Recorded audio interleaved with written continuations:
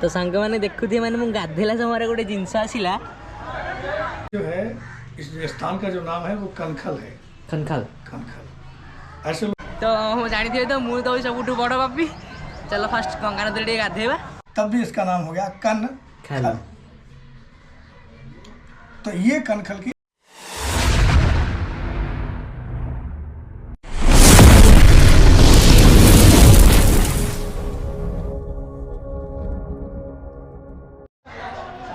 हर हर महादेव। तो सांग मैंने मुझे आसिक पहुँच जाइए दक्ष महाराज मंदिर रे। माने दक्ष जानी आप किए शिव ससुर माने शिव ससुर घरे। तो मुझे कही कि माने सब जगह भोला ही भोला। तो देखिपे एठी भी बाबा माने सब जगह बाबा ही बाबा। तो माने मंदिर भीतर को जा पूर्व फास्ट चलो टे गंगा नदी में गाधेबा कारण एमती अच्छी कि गंगा नदी में गाधेले किसी पाप क्षय हुए। तो जानी थे तो मुझे तो सब बड़ पापी। चलो फास्ट गंगा नदी में गाधेबा गाधे सारा पर जीवा बाबा और माता जो बह होता माने शिव पार्वती जो बह होता शिव बह से दर्शन करवा दक्ष मंदिर रे। तो दक्ष मंदिर बहुत किसी जिनस भी अच्छी तार मुझे बाबा मानू पचारि से मत ये कहते मुझे आपण कहबी। तो चलो जा फास्ट गंगा नदी में गाधेबा गाधे सारा पर जीवा दर्शन पाई।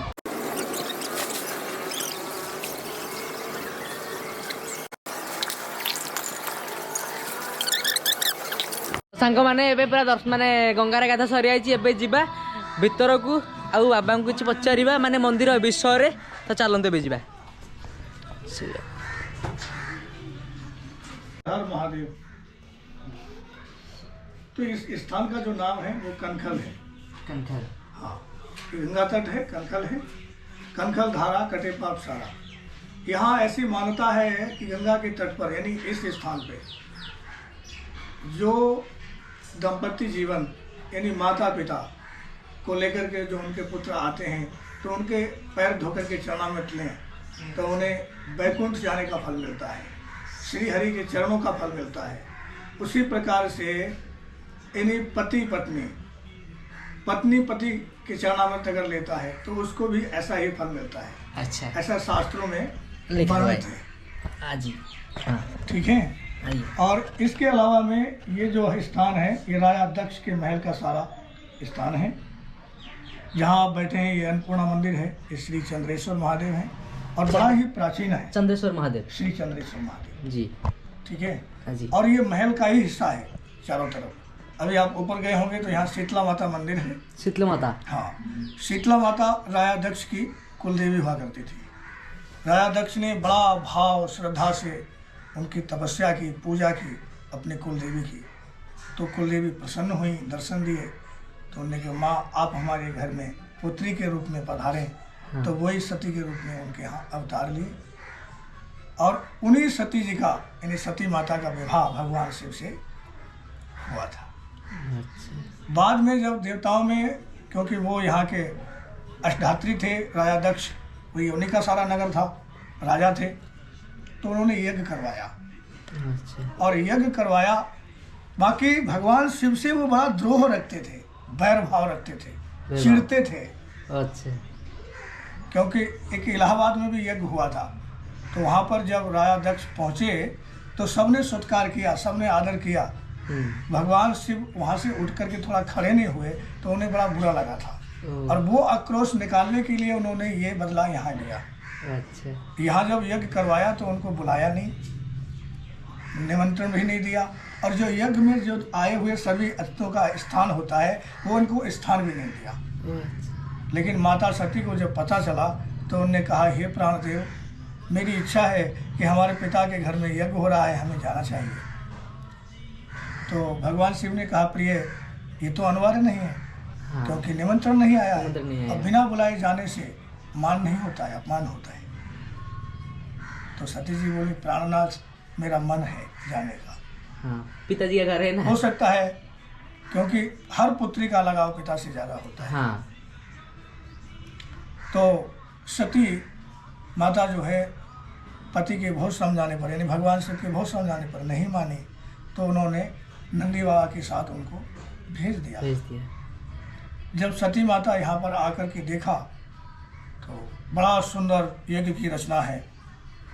देख करके पहले तो प्रसन्न हुए कि इतना अच्छा प्रोग्राम हो रहा है, सब सुंदर है।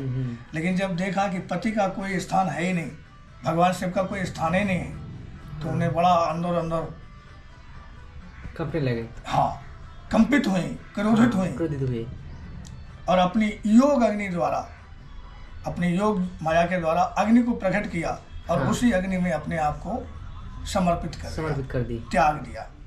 वो अग्निकुंड कहाँ पे? यहीं पे है। यहीं पे? हाँ, ये सती कुंड भी बोलते हैं उसको। पुराना सती कुंड लगभग यहाँ से 1 किलोमीटर है। हाँ। फिर उसके नज़दीक में एक जगजीतपुर। हाँ, वो जगजीतपुर इसीलिए पड़ा है नाम कि जगजीतपुर, यानी जा और या, वेद में दोनों को एक जैसा ही बोलते हैं। अच्छा। जा और या को जा को या। हाँ। तो इसलिए उसको जगजीतपुर कहते हैं। जगजीतपुर। तो वो यज्ञ के नाम से ही उसको जगजीतपुर जाना जाता है। जैसे नाम ही था यज्ञ सिंह। हाँ, ऐसे उसे इस प्रकार से। अच्छा।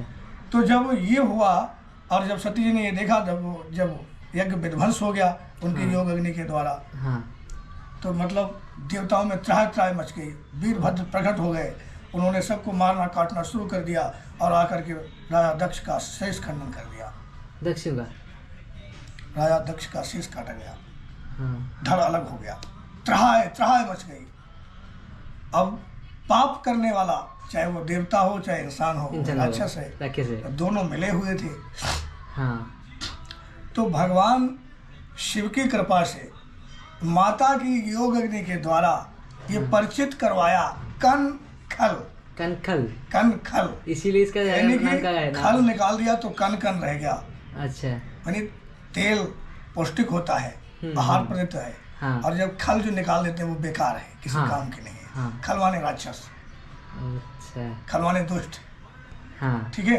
तो ये सब चीजें होते हुए उसके बाद में जब ये हो गया तो इसको भी लेकर के, यानी कि जब वो दोनों पहले अलग अलग हो गए थे, हाँ। है ना, अलग अलग होने के बाद में सत्य असत्य दोनों का परिचय कराया, तब भी उसका नाम रखा कनखल। हाँ, कि आने वाले समय में इसको कनखल के नाम से जाना जाएगा, कनखल तीर्थ, इसीलिए इसका नाम है कनखल। एक तो ये वार्ता है। दूसरी वार्ता में जो वर्तमान में कभी किसी जमाने में यहाँ पे लगभग 500-600 वर्ष पहले ये बिल्कुल प्लेन हो गया था, यानी महाप्रलय।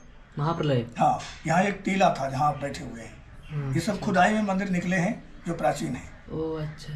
उनके अनुसार जो ये चिन्ह थे, उनके अनुसार हमारे जो वृद्ध थे, संत लोग थे, उन्होंने ये तैयार किए हुए हैं। तो मतलब जो है ये सब होने के बाद में तो यहाँ पर भी एक राक्षस था, प्रेत जिसको बोलते हैं, प्रेत। हाँ, उसने सब नाश कर दिया था, कुछ नहीं था। अच्छा। उसका भी नाम था खल। तो वहाँ कोई महापुरुष आए कनखल में, हाँ, स्नान करने के लिए। हाँ। तो उनके स्नान करने के लिए देवता की योनि में आ गया। ठीक है। तो एक कण जल से वो खल दिव्य हो गया, तब भी इसका नाम हो गया कनखल। तो ये कनखल की महिमा है। यहाँ पर आपको कहते हैं दक्षेश्वर महादेव, हाँ, दरिद्र भंजन, दुख भंजन, तिल भांडेश्वर और जनवेश्वर दूल्हे राजा, ये सब शंभु शिवलिंग है और प्राचीन स्थान है। अच्छा। ये यहाँ कनखल की महिमा है। हर हर महादेव। जय श्री राम।